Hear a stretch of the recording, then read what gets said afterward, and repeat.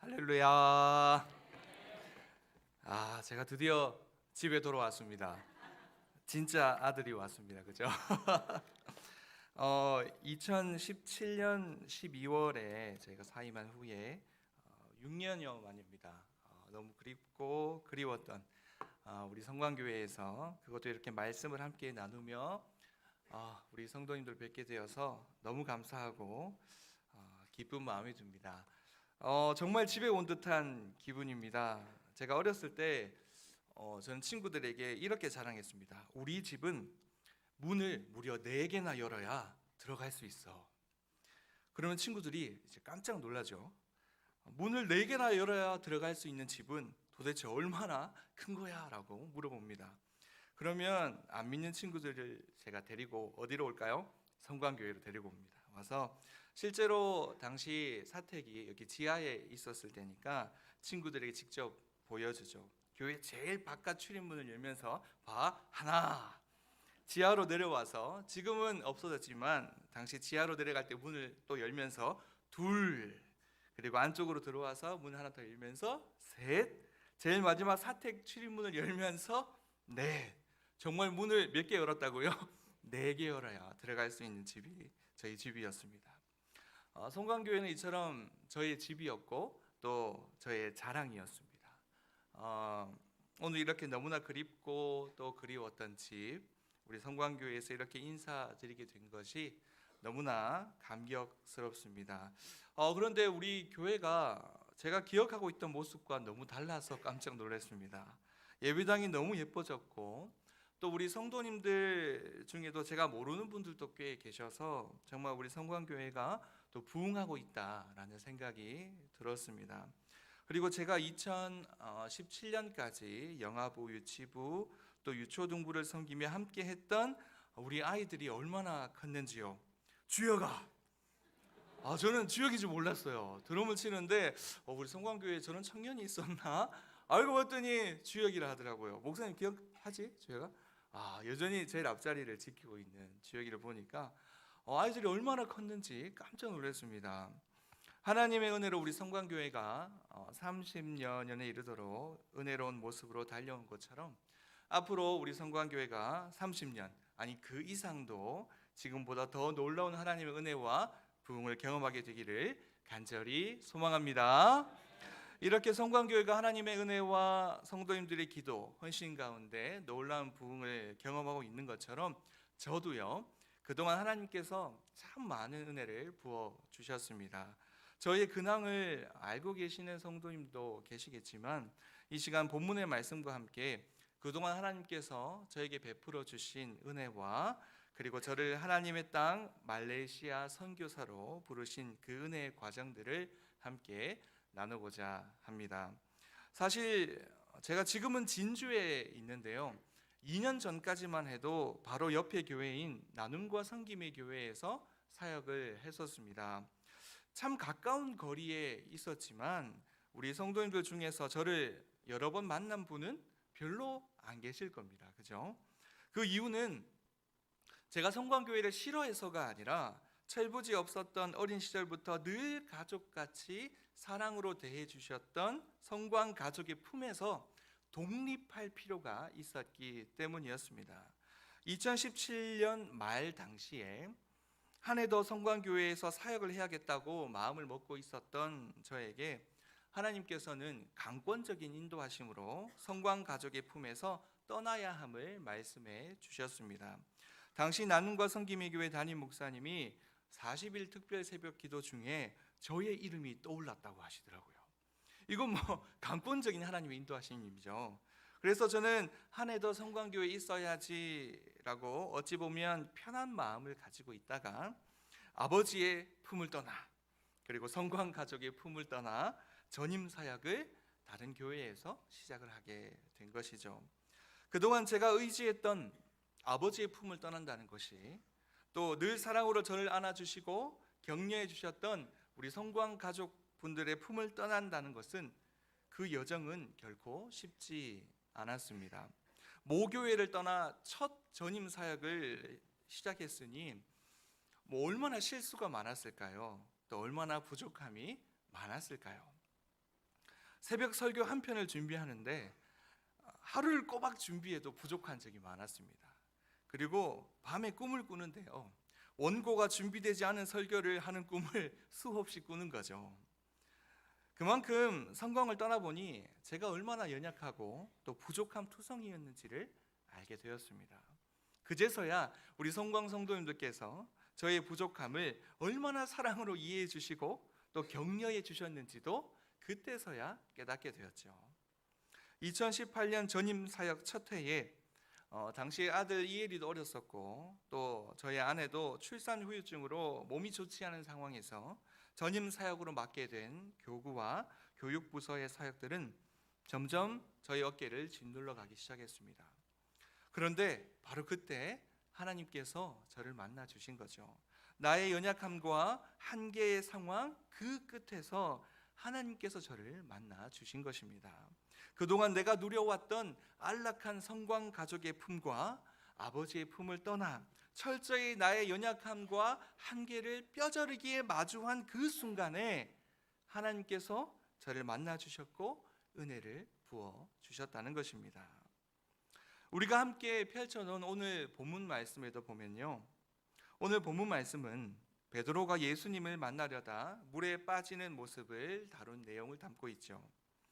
이 본문은 주로 예수님을 바라보지 않고 세상을 바라볼 때 신앙의 위기에 빠질 수 있다는 경고의 말씀으로 자주 인용되는 내용입니다. 그러나 베드로는요, 우리가 이 시간 기억해야 할 것은 예수님을 만나기 위해서 배에서 뛰어내렸다는 것이죠. 풍랑이 있는 바닷속으로 가장 안전하다고 느꼈던 배에서 뛰어내렸다는 것입니다. 그리고 자신의 연약함과 한계를 마주하고 물에 잠겨갈 때 예수님께서 건져주시는 은혜를 체험한 사람이 누구라고요? 베드로였다는 거죠. 그래서 오늘 본문은요, 베드로의 입장에서 우리가 다시 한번 생각해 볼 필요가 있습니다. 먼저 풍랑이 일고 거센 파도가 치는 바다에서 예수님을 만났을 때 베드로의 모습을 한번 보시겠습니다. 오늘 본문 28절 말씀을 우리 함께 읽어보겠습니다. 28절입니다. 시작. 베드로가 대답하여 이르되 만일 주님은 나를 명하사 물 위로 오라 하소서 하니 아멘. 이 말씀은 베드로가 정말 예수님인지 몰라서 질문한 것이 아닙니다. 28절 말씀을 보면 먼저 주여라고 부른 다음에 만일 주님이시거든 이라고 하죠. 이는 곧 베드로가 물 위로 걸어오는 존재가 예수님이시라는 것을 알고 있었기에 먼저 주여라고 부른 겁니다. 그럼에도 불구하고 만일 주님이시거든 이라고 고백한 이유는 예상치 못한 너무나 놀라운 일을 목격한 감격 때문이죠. 그리고 그 감격은 예수님께서 명하시기만 한다면 자신도 물 위로 걸을 수 있다는 확신으로까지 발전하게 됩니다. 그래서 예수님을 본 베드로는 물 위를 걷고자 했습니다. 그런데 한번 생각해 보십시오. 지금 본문의 상황은요, 풍랑이 불고 거센 파도가 몰아치는 상황입니다. 이 상황을 24절 마지막에 보실까요? 물결로 말미암아 고난을 당하더라 라고 기록되어 있습니다. 이 표현은 원어로 보면 산모의 고통과 견줄 만큼의 극심한 고난이다라는 것을 뜻합니다. 그야말로 거센 풍랑과 파도 가운데서 힘겨운 싸움을 벌이고 있다는 거죠. 자, 이런 상황에서 예수님을 만나게 되었는데 여기서 질문을 하나 드립니다. 자, 이 상황에서 베드로는 배 위에 있는 것이 자연스러울까요? 아니면 맨몸으로 바닷속으로 뛰어 들어가는 것이 자연스러울까요? 당연히 배 위에 있는 것이 훨씬 자연스럽고 안전한 상황입니다. 실제로 베드로를 제외한 다른 모든 제자들도 어디에 있습니까? 지금 배 위에 있죠. 아무도 예수님이 있다고 해서 물 위로 뛰어내릴 생각을 하지 않고 있어요. 그런데 베드로는요, 배에서 물 위로 뛰어내렸습니다. 풍랑이 불고 거센 파도가 치는 산모의 고통과 견줄 만큼의 극심한 고난이라 할지라도 물 위로 내려갔습니다. 이유가 무엇일까요? 누가 계시기 때문이죠? 예수님께서 계시기 때문에 배에서 물 위로 뛰어내리는 결단을 한 것입니다. 예수님이 계신 곳으로 가려고 한 것이죠. 그곳이 폭풍에 있는 바다 한가운데라 할지라도 예수님과 함께 있고 싶은 것입니다. 그것이 베드로의 마음이었다는 거죠. 주님을 바라보며 물 위를 걷다가 한눈을 팔아 그만 물에 빠져버린 베드로를 말하기 이전에 파도가 넘실거리는 고난의 현장이지만 그냥 배 위에 있어도 됐었지만 고난 속에서도 예수님을 만나기 위해서 배에서 물 위로 뛰어내린 베드로를 우리는 먼저 기억해야 하는 것입니다. 그렇습니다. 베드로는 파도가 넘실거리는 그 물 위로 예수님을 만나기 위해 뛰어내렸습니다. 고생을 사서 하는 듯 하지만 베드로는 고난 속에서 주님을 만나길 원했습니다. 오늘날 우리의 모습 가운데서도 고난 속에서도 주님을 만나길 원하는 믿음이 있기를 간절히 소망합니다. 인간적으로 생각해도 너무나 위험한 풍랑과 거센 파도의 바다 그 한가운데라 할지라도 예수님이 함께 계심을 믿고 믿음의 발걸음을 내딛어 물 위를 향하여 뛰어내릴 수 있는 저와 우리 모든 성도님들 될 수 있기를 간절히 소망합니다. 저도 마찬가지였습니다. 저는 아버지의 그늘에서 벗어나 성광 가족의 품을 떠나 믿음의 발걸음을 내딛었죠. 그러면 하나님께서 사역의 열매를 주렁주렁 맺히게 하실 줄 알았습니다. 그러나 저의 그 힘찬 믿음의 발걸음, 아버지라는 배에서 성광 가족이라는 배에서 뛰어내린 그 힘찬 믿음의 발걸음 다음에 마주한 현실은 철저히 저의 연약함과 한계를 깨닫는 시간이었습니다. 베드로도 예수님만을 바라보며 배에서 뛰어 폭풍 치는 물 위로 나아갔습니다. 그러나 그리고 또 예수님을 제외하고 인류 역사상 최초로 물 위를 걷게 되는 영광 또한 얻었습니다. 그런데요, 그 다음 어떤 일이 일어났을까요? 오늘 본문입니다. 함께 30절 말씀을 함께 읽어보겠습니다. 30절입니다. 시작. 바람을 보고 무서워 빠져가는지라 소리질러 이르되 주여 나를 구원하소서 하니. 보십시오. 예수님을 향해서 거센 풍랑과 파도가 몰아치는 고난의 현장 속으로 믿음의 발걸음을 내딛었던 베드로였습니다. 그러나 베드로는 얼마 지나지 않아 물에 빠지고 말았죠. 여기서 이렇게 생각할 수 있습니다. 아이고 베드로야, 예수님만 보고 걸었어야지. 예수님을 보지 않고 풍랑과 바다를 보니까 결국 물에 빠지지 하면서 우리가 아쉬워하고 한탄할 수 있죠. 맞습니다. 베드로는 분명히 풍랑과 파도를 보고 두려움에 빠졌고 물에 빠지기 시작했어요. 그런데 한번 생각해 보십시오. 사람이요, 물에 뛰어들었다면 물 위를 걷는 것이 자연스러울까요? 아니면 물에 빠지는 것이 자연스러울까요? 당연히 사람은 물에 빠지는 것이 자연스럽고 그것이 자연의 법칙입니다. 오히려 잠깐이라도 물에 빠지지 않았던 것이 더 이상한 일이죠. 한 발자국이라도 물에 빠지지 않고 걸었다면 그것은 기적이며 그야말로 주님의 놀라운 은혜의 역사라는 거죠. 그렇습니다. 오늘 본문에서 베드로가 물에 빠진 것은 이상한 일이 아닙니다. 자연스러운 현상이죠. 이는 곧 우리도 신앙생활을 하다 보면요, 예수님과 함께 고난의 현장 속에 믿음으로 뛰어들었지만 종종 물에 빠지는 것 같이 우리 안에 실패와 절망을 경험하는 것은 당연하다는 겁니다. 이유는 무엇입니까? 우리가 가진 연약함 때문입니다. 상처받고 지쳐 쓰러지고 여러 가지 크고 작은 어려움으로 인하여 절망에 사로잡히는 우리의 모습들은 우리가 가진 죄성과 연약함으로 인하여 불완전한 육체와 불완전한 지혜를 가진 연약한 존재로 인하여 당연한 모습이라는 거죠. 베드로가 물에 빠지는 것은 당연한 것입니다. 많은 사람들이 자신의 실패를 이상하게 생각합니다. 아니, 예수님을 믿고 교회에 다니는데 왜 나에게 이런 일이 생기나? 왜 나에게 이런 시련과 어려움과 문제들이 자꾸만 생겨나는가? 그러나 기억하시기 바랍니다. 사람은 누구나 물에 빠지게 되는 것처럼 하나님의 택한 백성 그 누구라도 실패와 좌절을 경험하는 것은 우리가 가진 연약함으로 인하여 당연한 것인 줄 믿으시길 바랍니다. 그렇다면 이제 우리가 어떻게 해야 합니까? 실패하고 고난 당하는 것이 우리가 가진 연약함으로 인하여 당연한 것이라면 그저 우리는 그 고난과 연약함으로 인한 실패를 받아들여야 합니까? 포기해야 됩니까? 우리는 실패한 인생입니까? 오늘 본문의 말씀은 그렇지 않다라고 대답합니다. 우리 함께 본문 31절 말씀을 함께 읽어보겠습니다. 31절입니다. 시작. 예수께서 즉시 손을 내밀어 그를 붙잡으시며 이르시되 믿음이 작은 자여 왜 의심하였느냐 하시고 아멘. 그렇습니다.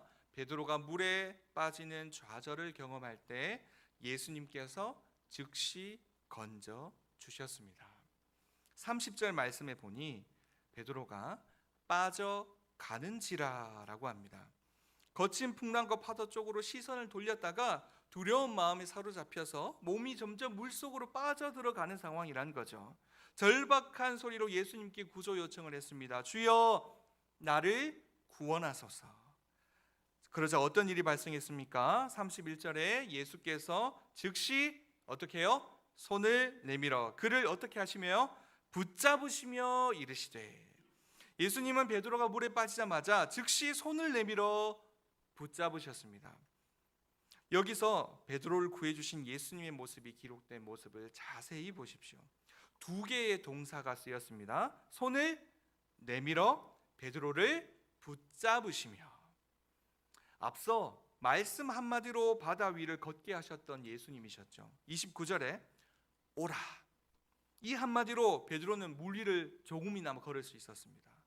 따라서 물에 빠진 베드로를 건져 주실 때도 말씀 한마디로 충분히 건져 주실 수 있으셨겠죠. 예를 들면 나오라 라든지 벗어나라 라든지 한마디로 물 위를 걷게 하셨던 예수님이라면 역시 한마디로 나오게 하실 수도 있는 분이셨습니다. 그런데 예수님은 무려 두 개의 동사를 사용하시면서 손을 내밀어 베드로를 붙잡으시며 건져 주셨다라고 분명히 기록하고 있는 이유는 무엇이겠습니까? 믿음이 약하여 고난의 현장에서 물에 빠진 자들에게 친히 다가오셔서 손을 내밀어 붙들어 주시는 그 예수님의 크신 사랑을 오늘 본문은 강조하고 있는 것입니다. 따라서 예수님께서 베드로를 건져내실 때의 모습을 우리가 한번 상상해 보십시오. 31절의 말씀에서 믿음이 작은 자여 왜 의심하였느냐라는 이 예수님의 말씀이 정말 베드로를 강력하게 책망하시면서 너의 믿음이 이것밖에 되지 않니? 라고 혼내시는 말씀일까요? 31절 말씀은요, 결코 예수님께서 베드로를 비난하고 혼내시는 말씀이 아닙니다. 오히려 베드로를 위해 즉시 손을 내밀어 붙잡으시기까지 하시며 베드로를 따뜻한 사랑과 위로의 손으로 건져주시는 사랑이 듬뿍 담긴 말씀이라는 거죠. 본문 속 제자들 가운데 유일하게 예수님을 향해 물 위를 걸어왔던 유일한 제자 베드로. 따라서 예수님은 말씀 한마디로 베드로를 구원해 주실 수도 있으셨지만 친히 베드로에게 다가가사 손을 내밀어 베드로를 붙잡으시며 건져 내어 주셨다는 거죠. 베드로를 향한 예수님 마음이 이해가 되십니까? 너희 믿음이 왜 이것밖에 되지 않느냐 다그치듯 책망하는 것이 아니라 따뜻한 사랑과 위로의 손길이 가득한 목자의 마음, 아버지의 마음으로 베드로를 붙잡아 손 내밀어 붙잡고 계시는 것입니다. 이런 예수님의 마음이 담긴 그림이 있습니다. 한번 띄워주시겠습니까? 예수님의 마음은 아마 이런 마음이셨을 겁니다. 사랑하는 베드로야, 사랑하는 베드로야, 왜 파도를 보았니? 왜 풍랑을 보았니? 나를 봤어야지. 조금만 더 나를 믿어보지 그랬니? 그래도 베드로야, 정말 잘했다. 이만한 게 어디니? 나를 위해 몇 발자국이라도 물 위를 걸어봤지 않니? 배 위에 있어도 됐었지만 나를 만나기 위해 물 위로 뛰어든 베드로야, 정말 잘했다. 아버지의 품을 떠나 성광 가족의 품을 떠나 전임 사역의 시작에서 연약함과 한계에 부딪혀 가족에게도 또 그 누구에게도 말하지 못하고 그저 눈물로 기도할 수밖에 없었던 저에게 하나님께서는 저의 연약함과 한계의 그 끝에서 저를 만나주시고 저에게도 동일한 말씀을 주셨습니다.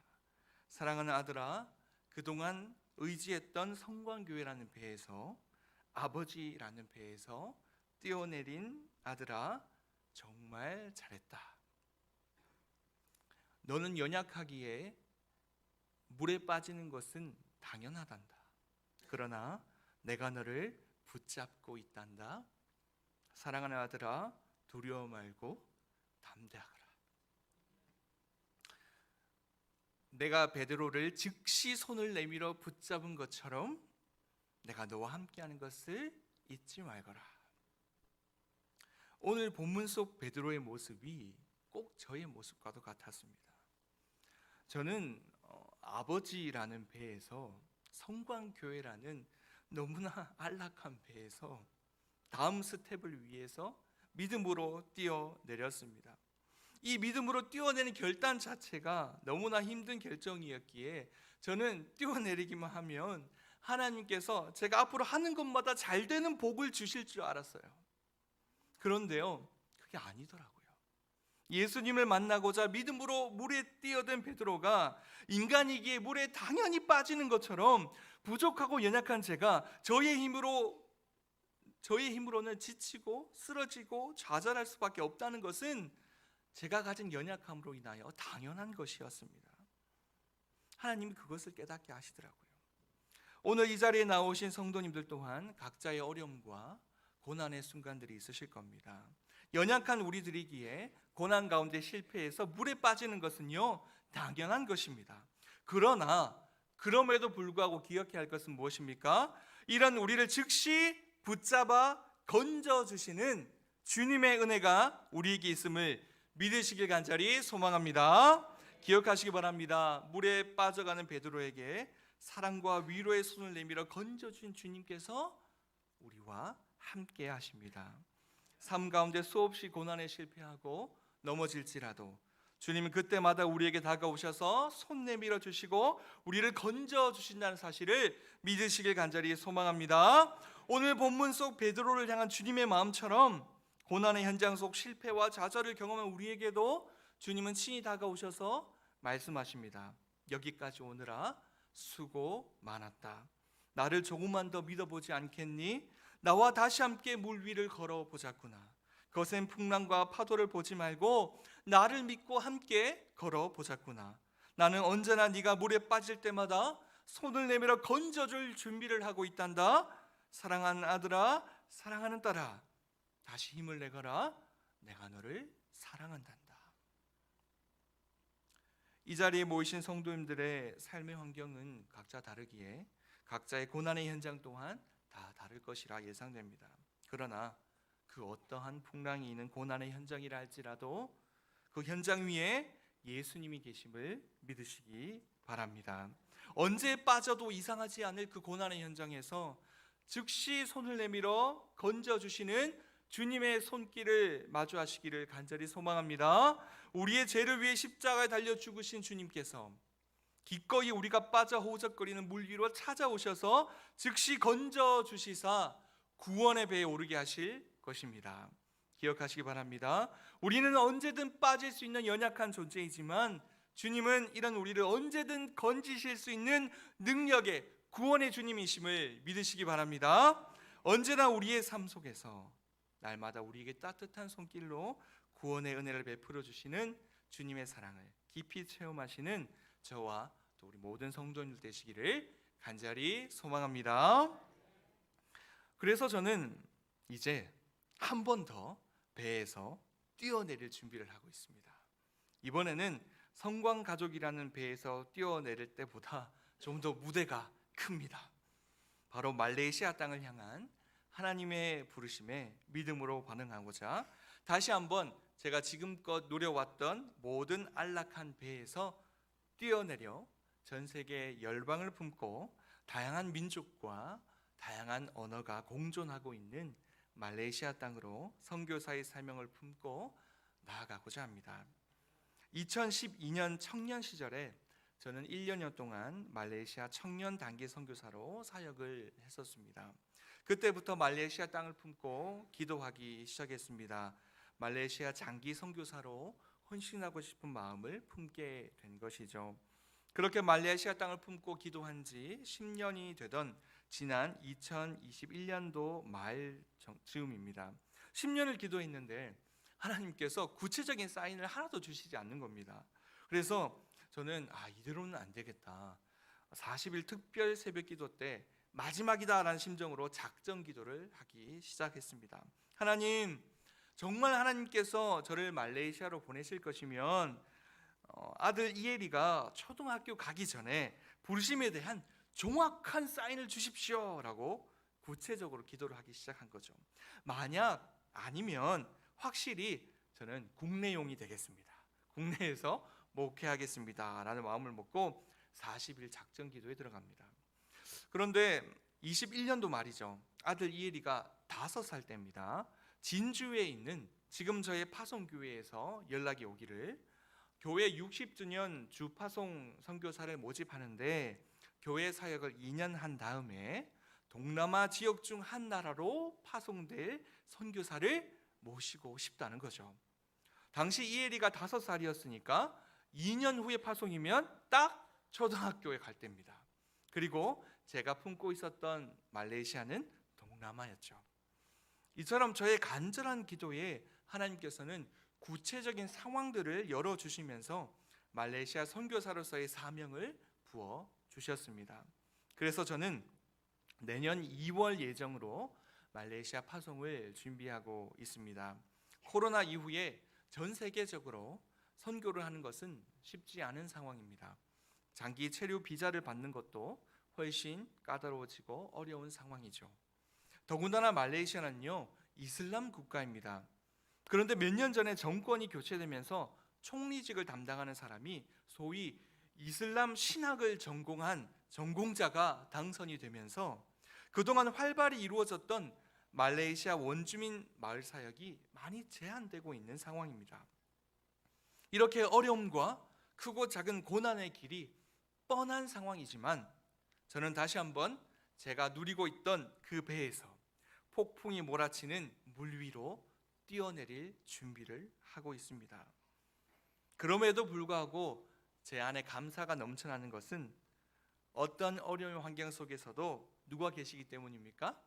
예수님이 어떤 준비를 하고 계시죠? 즉시 손을 내밀어 붙잡으실 그 예수님이 함께하고 계시기에 저는 기쁜 마음으로 말레이시아 파송을 준비하고 있습니다.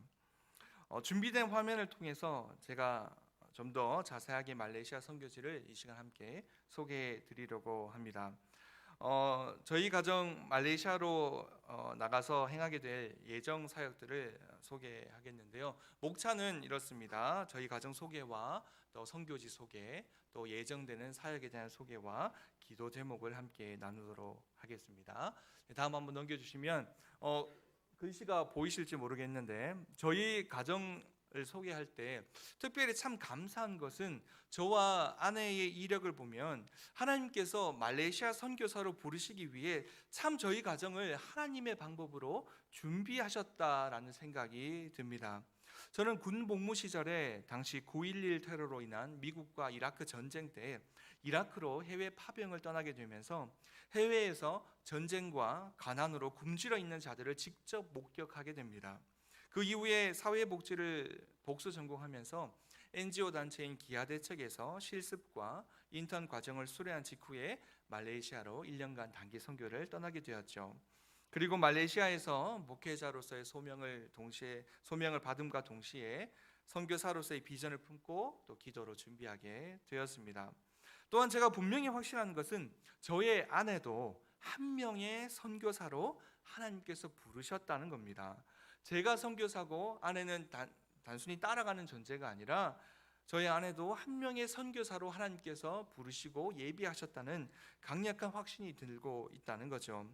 아내도 일찍이 하나님께서 중국에서 해외 경험을 하게 하셨고 당시에는 하나님께서 왜 아내에게 중국어를 경험케 하셨는지 그 뜻을 온전히 알지 못했습니다. 당시 대구 경북 지역에서 중국어를 통해서 뭔가 일을 하는 것은 결코 쉽지 않았기 때문이죠. 그런데요, 말레이시아에는요, 중국에서 넘어와 정착하게 된 중국계 말레이시안들이 나라의 경제를 잡고 있습니다. 그래서 중국어를 통해서 앞으로 말레이시아에서 저희 아내도 한 명의 선교사로 귀한 사역들을 감당케 하실 것임을 확신하면서 함께 준비하고 있습니다. 다음으로 선교지 소개입니다. 우선 저희 가정을 파송할 교회는 진주에 있는 도동교회입니다. 도동교회는 올해 60주년인데요. 60주년 기념 주파송 선교사 자격으로 저희 가정이 파송을 준비하고 있습니다. 파송지는 말레이시아고요. 예정 날짜는 내년 2월입니다. 말레이시아에 대해서 잘 아시겠지만 대표적 특징으로는 말레이시아의 국교가 이슬람교입니다. 그래서 이슬람교를 믿는 무슬림들에게 복음을 전하는 사역들이 결코 쉽지가 않은 상황입니다. 지난주에 제가 말레이시아로 정탐을 다녀왔었는데요. 많은 선배 선교사님들이 신분 노출을 극도로 조심하시면서 무슬림 사역들을 행하고 계셨습니다. 언어는요, 말레이어를 사용하고 있는데요. 인도네시아와 거의 흡사한 언어입니다. 인도네시아는 인구가 2억 7천만 명으로 세계 4위 인구 대국이기 때문에 인도네시아로 인해서 말레이어는 전 세계의 사용 언어 순위 11위에 해당될 만큼 많은 사람들이 말레이어를 사용하고 있습니다. 또한 동시에 말레이시아는 다민족 다언어 국가입니다. 영어와 중국어도 사용하고 있는 국가가 말레이시아라고 할 수 있습니다. 다음 넘겨주시면 이제 앞으로 저희 가정이 말레이시아에서 행하게 될 예정 사역들을 소개하겠습니다. 먼저는 원주민 사역입니다. 말레이시아는 다민족 국가이지만 말레이시아의 진정한 주인은요, 바로 원주민들입니다. 원주민들은 5,000년의 역사를 가지고 있는데요. 그러나 이들은 정작 정글에서 열악한 환경 속에서 정령 신앙을 섬기며 살아가고 있는 실정입니다. 따라서 이들 원주민들을 찾아가 정글 마을을 돌면서 복음을 전하고 교회를 개척할 뿐 아니라 현지인 지도자를 세우는 사역을 하고자 합니다. 다음 사진을 보시면 원주민 마을의 풍경입니다. 이처럼 제대로 된 집 하나 없는 정글에서 살아가고 있는데요. 다음 넘겨주시면 이런 정글에 예배당을 건축하고 복음을 전하고 있습니다. 예배당을 건축할 여력이 안 되는 마을이라 할지라도 우측 상단에 보이는 것처럼 임시 시설을 설치하고 매주 예배를 드리고 있고요. 틈틈이 보급품을 나눠주는 사역도 행하고 있습니다. 다음 사진이 말레이시아 원주민 마을에서 예배 드리는 모습입니다. 그 다음 사진 한번 보시겠습니다. 원주민 마을의 아이들은 교육 받을 수 있는 환경이 없습니다. 정글에 사는 원주민들이라 학교를 갈 수가 없는 거죠. 그래서 건축된 원주민 교회에 학교를 열고 낮에는 어린 아이들을, 밤에는 어른들에게 글을 가르치면서 동시에 복음을 전하는 사역들을 지속적으로 행할 예정입니다. 다음 사진입니다. 두 번째는 신학교 사역입니다. 앞서 말씀드렸듯이 국교가 이슬람교인 말레이시아에서는 복음을 들어본 사람이 소수일 뿐 아니라 목회자를 지망하는 사람은 더더욱 적은 상황이죠. 그래서 원주민 마을에서 선발된 청년이나 도시로 돈을 벌기 위해 나온 청년들 중에서 선발해서 현지인 목회자로 양성합니다. 그리고 그들을 고향 마을로 재파송하는 사역이 신학교 사역이 되겠습니다. 우리나라도 그렇지만 말레이시아에도 도시로 인구가 집중되는 현상을 겪고 있습니다. 그래서 말레이시아의 수도 쿠알라룸푸르로 많은 사람들이 몰려들고 있는데요. 원주민 마을에서도 이 도시로 돈을 벌기 위해 나온 수많은 원주민들이 있습니다. 현 정부의 상황을 비롯해서 앞으로 원주민 마을로 들어갈 수 없는 여러 이유들과 상황들이 생긴다면 이제 반대로 도시로 나온 원주민들을 대상으로 복음을 전하고 더 나아가 이들을 목회자로 양성하여 결국 현지인 사역자들을 통해서 말레이시아 복음화를 이루는 귀한 사역을 감당하고자 하는 것이 바로 신학교 사역이 되겠습니다. 다음 넘겨주시면 제가 있었던 10년 전 당시에 말레이시아 원주민 신학생들의 모습입니다. 다음입니다.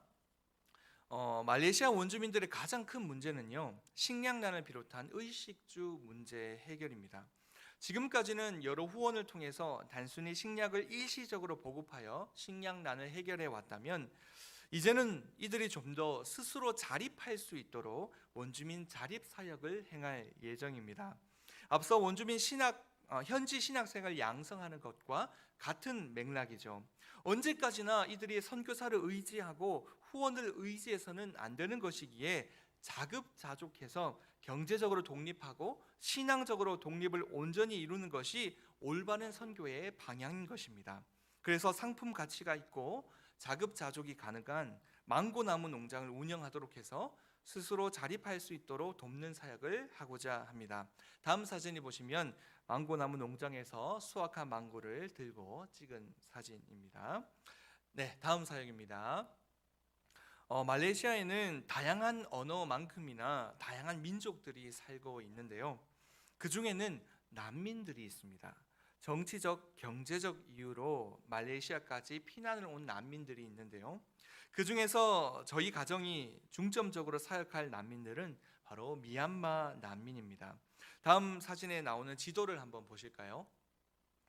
이렇게 제위의 미얀마에서 그 다음에 중간에 태국을 거쳐서 말레이시아까지 육로를 통해서 피난을 온 미얀마 난민들이 말레이시아에 정착해서 살고 있습니다. 난민 부모들은 막노동을 비롯한 여러 일을 하면서 생계를 유지하지만 문제는 난민 아이들이죠. 시민권이 없는 아이들은 교육의 사각지대에 놓이게 된 것입니다. 감사하게도 유엔 난민기구에서 이 아이들을 지원해주고 있습니다.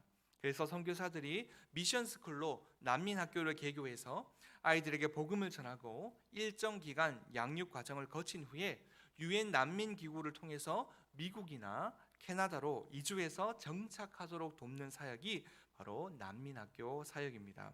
다음 사진을 보시면 난민학교의 수업 풍경입니다.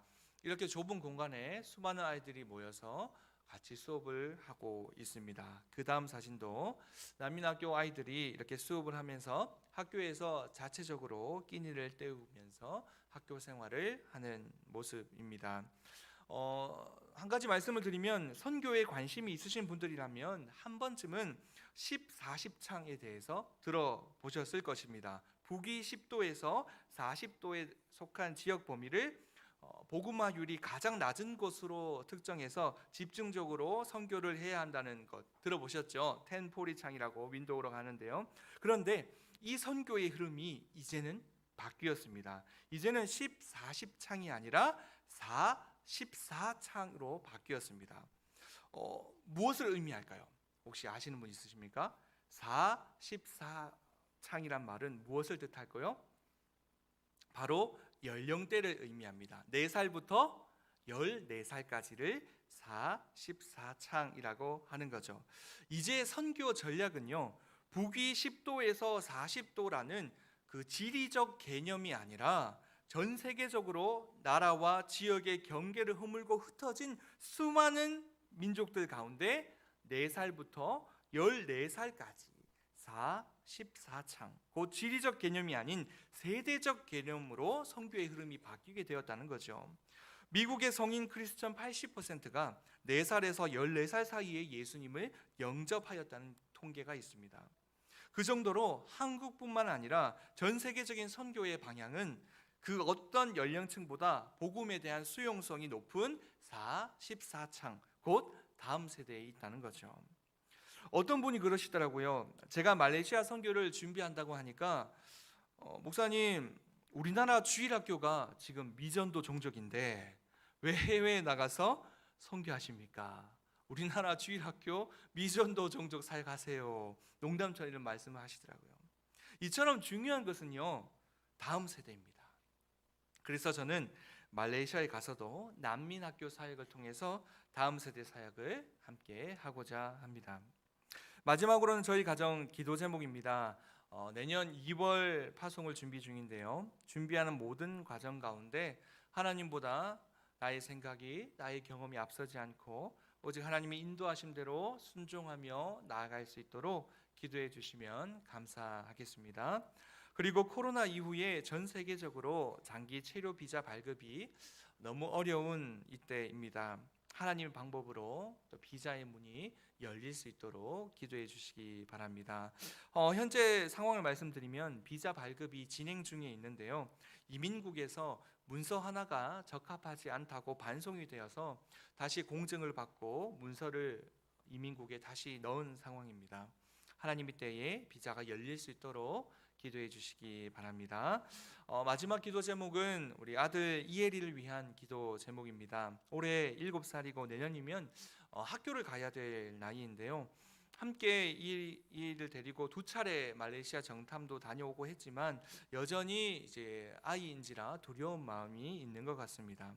이혜리가 하나님을 인격적으로 만나고 낯선 말레이시아 땅에서 잘 적응할 수 있도록 기도해 주시면 감사하겠습니다. 여기까지가 저희 가정의 대략적인 선교 예정과 방향에 대한 소개였습니다. 이제 말씀을 맺고자 합니다. 오늘 말씀의 제목은 물 위를 걸으라였습니다.